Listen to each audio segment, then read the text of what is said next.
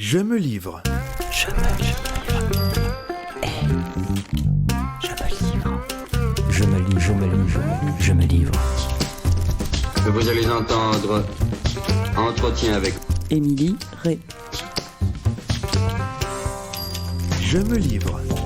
Et ces batailles dont on se fout, c'est comme une fatigue, un dégoût.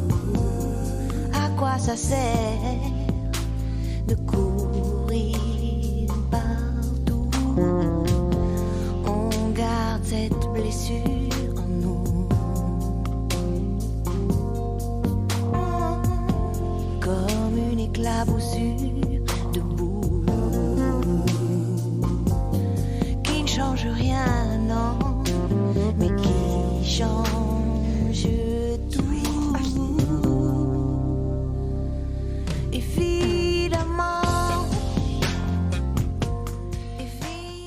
Bonjour Émilie. Bonjour. Merci d'avoir accepté d'être mon invitée sur cet épisode du podcast Je me livre. Alors, comme une éclaboussure de boue, titre de ton livre paru en début d'année, mais aussi les paroles de la chanson que l'on vient d'entendre de France Gall. Pourquoi cette phrase ?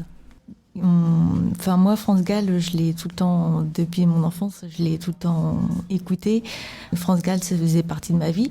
Cette chanson-là, je l'aimais déjà rien que pour sa musicalité. Et puis, je n'avais pas trouvé de titre. Et puis, c'est en relisant les paroles, je me dis, mais c'est vraiment ça, parce que ça me parlait comme une éclaboussure de boue, cette blessure qui reste en nous, comme une éclaboussure de boue. Et c'est tout à fait ce que je ressentais. Je me sentais salie et il y avait quelque chose... Enfin, j'arrivais pas à le faire partir, quoi. J'ai été salie et puis cette boue qui ne part pas. Voilà. Ce livre, en fait, de quoi il parle ? Tout d'abord, donc de plusieurs choses. Donc d'abord, c'est à travers mon témoignage sur l'anorexie. Donc je suis anorexique depuis mes 18 ans, enfin un petit peu plus même. Et du coup, à cause de cette maladie, j'ai dû être hospitalisée. Une première fois à l'âge de 18 ans et donc je raconte cette hospitalisation, cette première hospitalisation. C'était un traumatisme pour moi. Donc j'ai vécu des choses à l'intérieur d'un établissement psychiatrique qui m'ont fait du mal et voilà. Et ces témoignages-là, ça retrace ça, quoi. C'est cette éclaboussure-là, voilà, c'est ça, que tu avais envie de mettre en avant. Ouais. Avec des mots. Oui. Alors, tu n'avais pas du tout des envies d'écrivain, pas du tout. Avant. Pas du tout. Ce livre, je ne l'ai pas écrit pour être édité ou pour qu'il soit connu des autres. C'était pour moi juste. C'était une écriture cathartique, juste pour me guérir. Enfin, essayer de... parce que j'avais un trop-plein, je n'arrivais pas à... j'ai trop d'émotions et du coup, il fallait que je l'écrive pour moi déjà. Et puis après aussi pour ma famille, parce que je leur avais jamais parlé de tout ça. Mais je ne pouvais pas leur dire de vive voix. Enfin, j'arrivais pas. Donc j'ai trouvé le moyen de l'écriture pour leur dire ce que j'avais vécu. Donc voilà. Donc ça a commencé comme ça. Mais ça a été un long processus parce que déjà rien que pour moi, écrire rien que pour moi, c'était pas facile parce qu'il y avait des passages, des choses, je n'arrivais pas encore à les écrire, quoi. Donc il a fallu beaucoup d'années et puis il y a eu un déclic à un moment donné. L'écriture est devenue plus fluide et puis bon, voilà. Donc tu as commencé à écrire quand tu étais encore à l'hôpital ou non, c'est venu bien après bien après, ouais, peut-être 4-5 ans après. Enfin, déjà que ça puisse décanter un petit peu. Il fallait que ça sorte, qu'il y ait une trace, rien que pour moi, mais qu'il y ait une trace, quoi. Et c'est là que j'ai commencé à avoir ce besoin d'écrire, quoi. Voilà. Et comment ça t'a aidé ? Ça m'a aidé à prendre du recul sur ce que j'ai vécu. L'impression que ce traumatisme-là, maintenant, il fait partie de ma vie, mais il est derrière moi. Que je l'ai mis à côté, en fait. Que voilà, le bagage, je l'ai laissé ailleurs, quoi. Donc déjà, c'est un grand poids en moins, déjà. Et quand tu dis recul, tu veux dire quand on parle de derrière soi, mais finalement c'est jamais derrière soi parce que toi tu combats encore cette maladie. Est-ce que ça t'a donné certaines clés pour éviter des comportements ? Après, le fait d'écrire, non, ça m'a pas donné des clés pour aller mieux, mais maintenant, ça fait tellement longtemps que je vis avec cette maladie, j'ai appris à la connaître et je sais mes limites. Et quand je suis je suis tout le temps sur un fil comme un funambule, et puis je sais quand j'approche trop du bord, et je sais me ressaisir pour ne pas tomber le plus profond et pas retomber très bas, et puis au point de devoir me faire hospitaliser, quoi. Donc là, j'ai trouvé ce biais, cet équilibre-là, en fait, pour ne pas chuter trop bas, quoi. Finalement, l'écriture, ça a brisé la solitude. Oui. Dans laquelle tu étais en tant que malade. Oui. Et puis le fait de moins en avoir honte aussi, parce que cette maladie-là, j'en avais honte et je la cachais. Et là, ça m'émeut encore. Et c'est vrai que l'écriture, ça m'a permis de déculpabiliser, en fait, de dire que cette maladie-là, c'est pas ma faute, et que que je dois pas en avoir honte. Non. Le fait que ce soit une maladie, finalement, ça déjà déculpabilise. Quand on entend maladie, on ne pense pas à culpabilité. Après, c'est parce qu'on parle d'anorexie mentale. Souvent que les gens ont ce sentiment que c'est provoqué par le psychique. Mais ce n'est pas le bon terme, je pense. C'est souvent les maladies psychiatriques, psychiques. Souvent, on dit que c'est de la faute de la personne. Faut se ressaisir, faut se mettre un coup de pied dans l'arrière. Voilà, c'est tout le temps la personne qui a les clés, c'est sûr. Mais il y a... ça nous tombe dessus, ça peut arriver à tout le monde, quoi, c'est ça. C'est pas forcément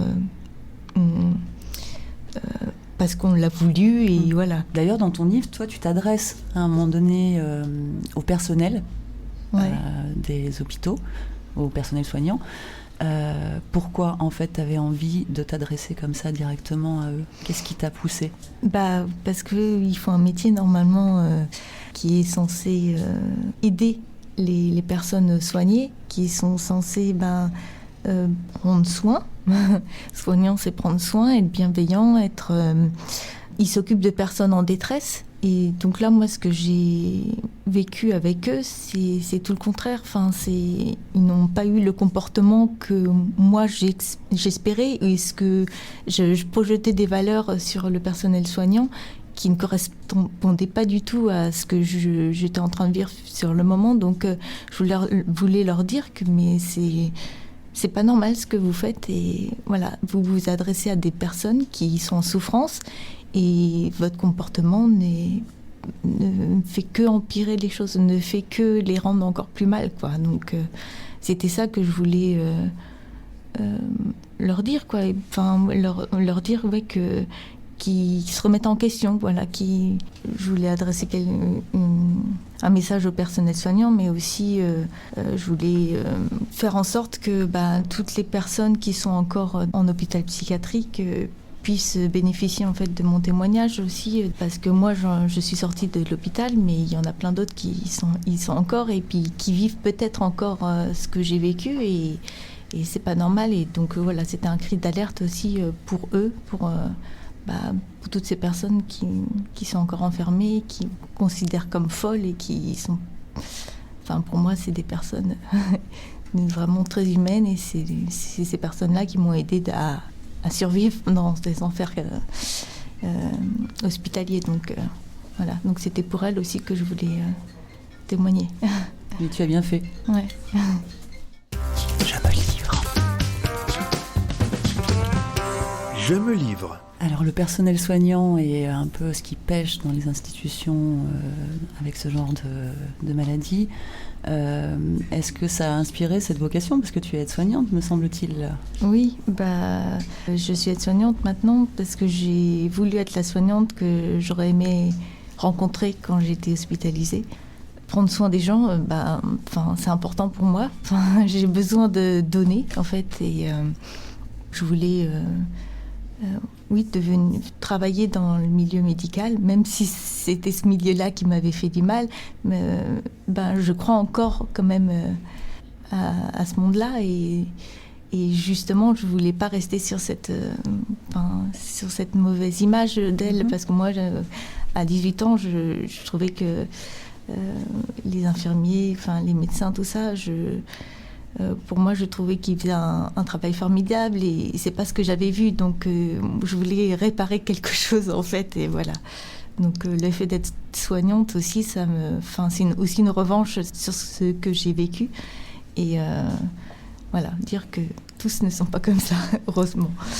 Et personnellement, ça te fait du bien parce que tu es confrontée à des choses très difficiles, j'imagine, entre l'abandon des personnes âgées, la solitude, des choses qui peuvent être difficiles à aborder quand on a soi-même d'autres choses à gérer à côté. Je suis aide-soignante à domicile, donc je vais chez les gens, je vais dans l'univers de la personne et moi c'est le contact avec les gens qui me plaît et du coup ça m'enrichit. Et je vais au travail, c'est pour eux et je sais que après quand je pars de chez eux, si j'ai pu apporter quelque chose, voilà, c'est ça qui me... Tu oublies un peu ton état à toi, ta maladie, quand tu es avec les gens? Oui, c'est peut-être pour ça aussi que je le fais aussi. M'occuper des autres, ça me permet de ne pas m'occuper de moi. Voilà. Ou de mieux t'en occuper, puisque plutôt je m'oublie et pour les autres, en fait. C'est plutôt ça. Mais bon, après, c'est ça. C'est savoir où est la limite, se protéger, c'est ça qui est dur aussi dans ce métier-là, quoi. C'est ça. Je me livre. Je me livre. En lisant ton livre, en fait, moi, j'ai pas pu m'empêcher de faire le parallèle avec une autre auteure, qui s'appelle Valérie Valère, et qui a écrit Le Pavillon des enfants fous. Je sais pas si tu connais. Non, je connais pas. Donc, atteinte elle aussi d'anorexie mentale. Et en fait, elle écrit quelque chose que je voulais te lire et tu me diras ce que tu en penses. Elle écrivait donc « Ils se sont occupés de mon âme, peut-être. Ils ont mis un entonnoir dans le bec de l'oie et ils ont déclaré d'un ton suffisant « Elle est guérie ». Voilà ce qu'elle ressentait, c'est-à-dire une âme qui continue de saigner, un corps qui refuse d'être nourri. Et à côté de ça, un cri qu'on n'entend pas. Oui, tout à fait, c'est ça. L'anorexie, c'est vraiment résumé à « il faut manger et tu guériras ». Et là, c'est tout à fait ça, on la gave et puis après, ça ira mieux. Enfin, le poids, d'accord, est important, mais c'est pas le fait de remanger qui nous fera guérir, en fait. Il faut que le corps aille avec l'esprit. Si l'un des deux n'est pas en accord avec l'autre, ça va jamais aller. Et même les professionnels ont du mal à comprendre. Retrouver un poids normal ne suffit pas pour guérir. En fait, il faut que le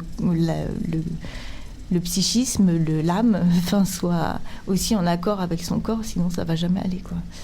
Et c'est ce qu'on oublie. Et comment tu expliques que depuis maintenant assez longtemps, on parle d'anorexie et pourquoi on en est encore à ces méthodes finalement qui paraissent quand même des prémices de méthodes de soigner une maladie qui est là depuis très très longtemps et avec laquelle justement on voit que la psyché joue le plus grand rôle. Est-ce qu'il ne faudrait pas un accompagnement alternatif tout ça? Oui, je suis bien d'accord, oui. T'as cherché, toi, quelque chose d'alternatif après cette expérience à la médecine traditionnelle Oui, j'ai essayé là, en ce moment, je vois une psychologue qui fait de l'EMDR. C'était pour évacuer les traumatismes. Donc ça m'aide beaucoup. Alors, explique-nous, parce que EMDR... EMDR, c'est une méthode... les traumatisés de guerre. C'était les GI, quand ils revenaient de mission, ils avaient besoin d'être à nouveau renvoyés sur le front très rapidement. Il fallait que tout leur traumatisme soit le plus vite gommé, quoi. Et donc du coup, ils ont trouvé cette méthode en fait basée sur les mouvements oculaires. Et en fait, leur traumatisme, c'est quand le cerveau n'a pas intégré toute l'information en fait, et il est resté bloqué sur quelque chose qui n'arrive pas à évacuer. Et donc le fait d'avoir des mouvements oculaires, ça fait comme si le cerveau scannait en fait les informations et du coup, il assimile mieux. Et voilà, cette méthode, là, moi, c'est vrai que ça m'a permis que ce traumatisme-là soit derrière moi en fait. Je peux en parler sans avoir la boule à la gorge, tout ça. Une bonne évolution, voilà, une évolution positive en tout cas dans ton cheminement, ton combat. Ouais. Ah ouais. Je me livre. Je me livre. Alors on parle aussi beaucoup dans ce genre de configuration de l'entourage. Comme on parle aussi de toi aujourd'hui, je voulais savoir un peu comment ça se passait avec ton entourage, ta famille. Mon entourage, c'est très difficile pour eux d'avoir une personne malade à vivre au quotidien avec eux. Parce que c'est vrai qu'ils sont impuissants. L'anorexie mentale, c'est la personne qui est touchée, mais c'est tout l'entourage, toute la famille, parce que c'est au quotidien, c'est les repas, donc normalement c'est ce qu'on partage en famille, voilà. Donc ça impacte tous les actes de la vie quotidienne en fait. Enfin, mes parents qui me voient aussi maigrir, ils ont peur pour ma vie, un sentiment d'impuissance au quotidien et puis une peur, quoi. Donc c'est pour eux, c'est compliqué, quoi. Et après la parution de ton livre, en fait, puisque j'imagine qu'ils ont découvert plutôt tard ce témoignage où tu peux justement parler au travers de l'écriture, t'adresser un peu à eux, leur communiquer des choses.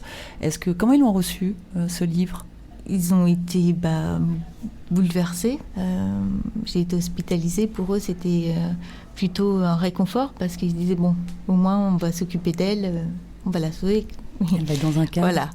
Et c'est pas du tout ce qui s'est passé. Ils ne pensaient pas du tout que j'avais pu vivre ça, donc ça a été déjà un choc pour eux. Et puis après le choc, ils m'ont dit mais il faut que ça se soit connu parce que c'est pas normal ce qui est arrivé. Donc c'est eux qui m'ont dit il faut essayer de le faire éditer, quoi, que ce soit connu des autres, quoi, le faire partager.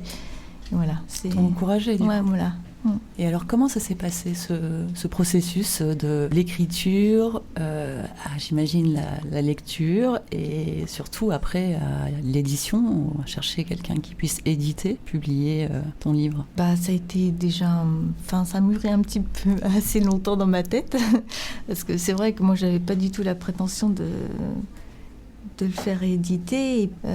Tout ce que je raconte, ça fait 20 ans que je le garde juste pour moi. Donc quand je l'ai écrit, déjà, je me suis mise à nu et donc je voulais pas que des personnes puissent le lire. Pour moi, c'était intime, quoi. J'ai écrit avec mes tripes et donc du coup, il a fallu pas mal de temps pour que je me dise ah oui, peut-être je pourrais en faire quelque chose, et si je le fais pas pour moi, je le fais pour les autres, en fait. Pour toutes les personnes qui sont encore hospitalisées ou qui peuvent encore vivre ce genre de pratiques qui existent, peuvent encore exister. Après, ça mûrit dans ma tête, et donc l'édition, pour moi, ça a été plutôt un moyen pour moi que ce soit un cri d'alerte, pour la population, pour la société, parce que c'est vrai que le milieu psychiatrique, on ne connaît pas du tout, quoi. Et ça peut faire peur. Et donc, le choix de l'éditeur, est-ce qu'on t'a approché ? C'est un éditeur qui t'a approché, ou est-ce que tu as démarché ? J'ai envoyé mon manuscrit à plusieurs maisons d'édition, et puis il y en a plusieurs qui m'ont répondu, et j'ai choisi celle-là qui me paraissait plus... Ce sont les éditions Vérone. Vérone, ouais. J'ai eu un contact avec eux assez humain, justement, et donc du coup, c'est ce qui me plaisait.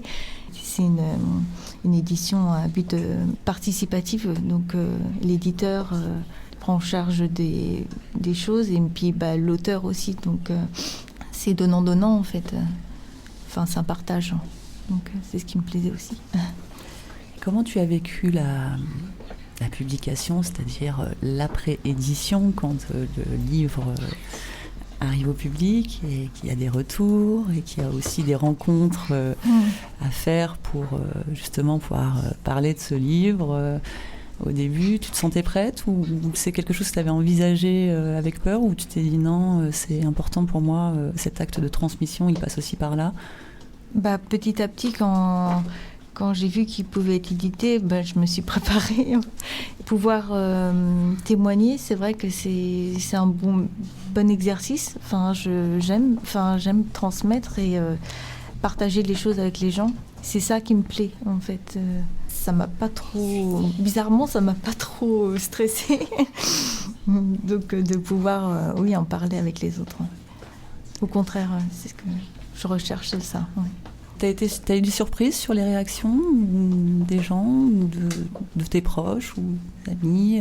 Est-ce qu'il y a des choses qui t'ont touchée? Est-ce qu'il y a des choses qui t'ont fait avancer, en tout cas? Ça me touche toujours. J'ai eu beaucoup de gens qui m'ont dit que c'était bien écrit. Et, moi, c'était pas du tout pour ça que je l'avais écrit. J'avais pas cette prétention d'auteur. Je me considère pas comme un auteur.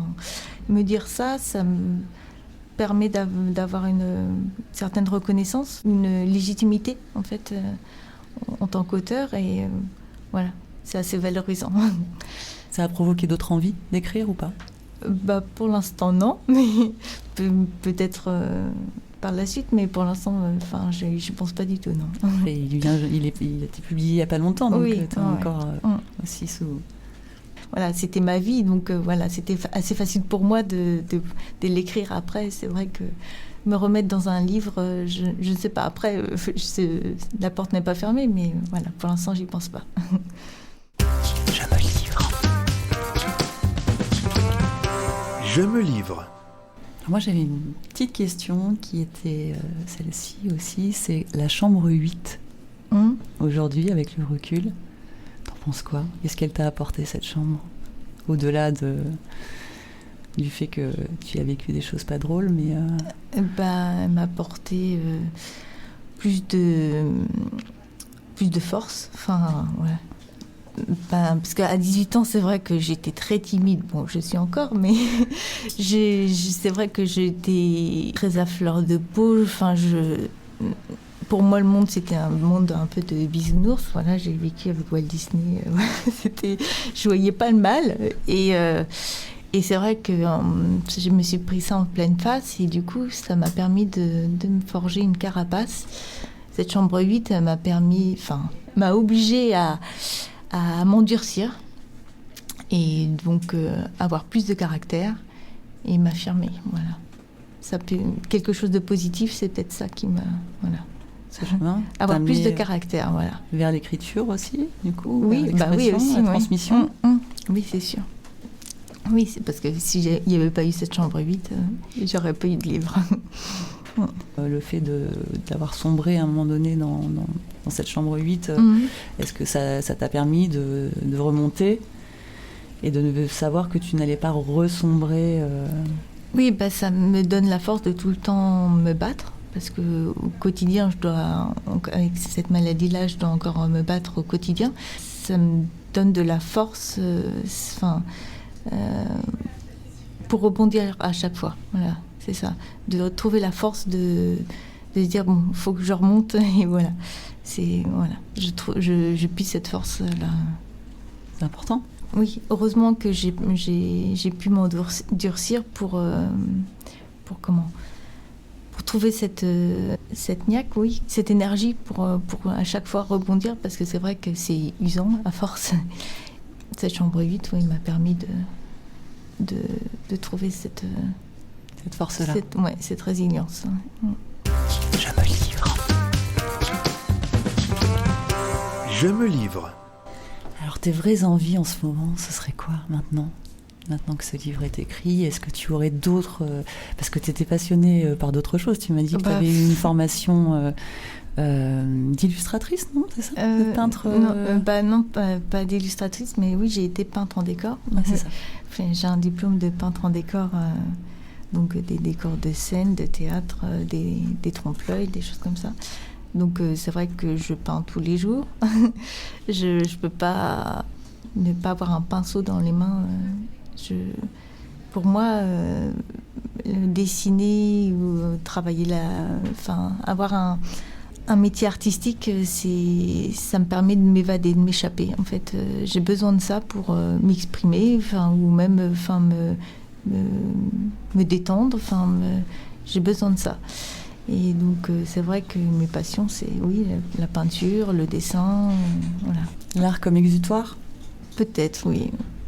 Oui, parce que c'est vrai que tout ce que je dessine, c'est très coloré, donc je mets de la couleur dans ma vie, même si, voilà, j'essaie de la colorer le plus possible. Alors, comme à chaque invité, je t'ai demandé de choisir en arrivant dans la librairie un livre qui te parle et dont tu as envie de nous lire un petit extrait. Oui, donc j'ai choisi Devenir lionne de Wendy Delorme. Donc voilà. Donc si la lionne pouvait parler, qu'on pouvait se comprendre, communiquer sur nos expériences, que me dirait-elle ? J'ai entendu comme un murmure intérieur, 3 mots ont résonné. Va-t'en, toi, tu le peux. La lionne me regardait. J'ai compris que ma cage, contrairement à celle de l'animal, comprenait une issue. Et c'était simple en fait, car ce qui me retenait était une cage mentale faite d'émotions primales et d'une sidération. Je m'étais peu à peu tordue, pliée au point d'oublier mes contours. Je m'étais laissée dévorer lentement. Quand j'ai vu ça tout à l'heure dans la librairie, je me suis dit, tout à fait ça, ça me parle tout à fait. Enfin, moi, j'ai pu me libérer, de cette cage. Voilà. Belle image. Coucou Marie. Alors, j'ai pas encore lancé ton petit coup de cœur, ce que je vais faire de suite. Je me livre. Le coup de cœur de Marie. Alors, une fois n'est pas coutume, je vais parler de 2 livres et non pas d'un. Le premier livre, il s'agit de Mémoires de fille d'Annie Ernaux, donc prix Nobel de littérature 2022. Mémoires de fille, alors comme toute l'œuvre d'Annie Ernaux, en fait, c'est une œuvre autobiographique. Donc c'est aussi pour dire que si, il faut du talent quand même pour écrire sa propre vie et qu'il n'y a pas que la fiction qui requiert du talent. Et en fait, Annie Ernaux, elle nous parle dans ce livre extrêmement important dans son œuvre elle réexplore près de 50 ans après un épisode de sa vie qui a été traumatique et qu'elle n'avait pas vécu comme tel à ce moment-là. Et il s'agit donc de la première nuit qu'elle a passée avec un garçon. Et en fait, elle réexplore ce trauma pour essayer de comprendre quelles incidences ça a eu sur sa vie, etc. Donc ça fait écho, le sujet est évidemment différent, mais sur cette question de comment on peut aussi se soigner par l'écriture et comment en fait l'écriture permet de réexplorer des passages de sa vie, et Annie Ernaux en fait magnifiquement preuve.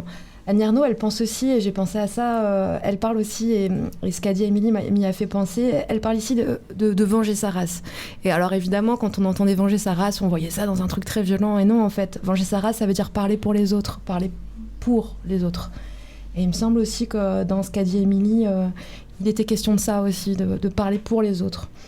Et le deuxième livre que j'ai choisi, c'est comme l'antidote aussi, puisqu'il s'agit de Puissance de la douceur, d'Anne Dufourmentel, qui est donc Anne Dufourmentel, c'est une philosophe et qui écrit ici un livre qui est un essai, mais qui est un essai plein de poésie sur les vertus et la puissance de ce qu'apporte la douceur dans la vie. Et évidemment, il était question de soins, de l'absence de soins ou de mauvais soins. Et avec ce livre, il est au contraire question de la puissance, de la douceur comme soin. Et il me semblait aussi que ça faisait très écho à ce qu'a proposé, à ce qu'a dit Émilie, à ce qu'a écrit Émilie dans Comme une éclaboussure de boue. Voilà donc pour ce double coup de cœur. Merci beaucoup, merci à toutes les deux d'avoir participé au podcast. Et on se retrouve très bientôt pour le prochain épisode.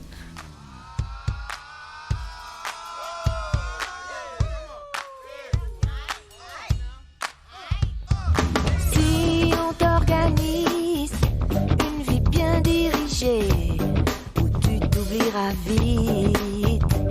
Si on te fait lancer sur une musique sans armes, comme un amour qu'on quitte, si tu réalises que la vie n'est pas là, que le matin tu te lèves sans savoir où tu vas, résiste.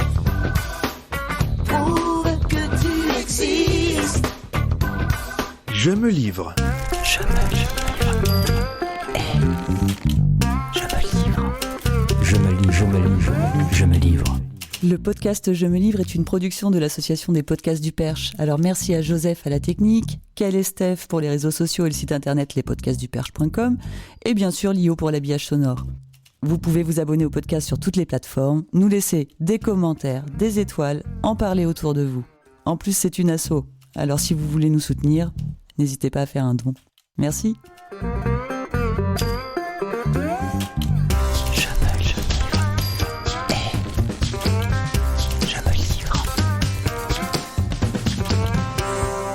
Podcastduperche.com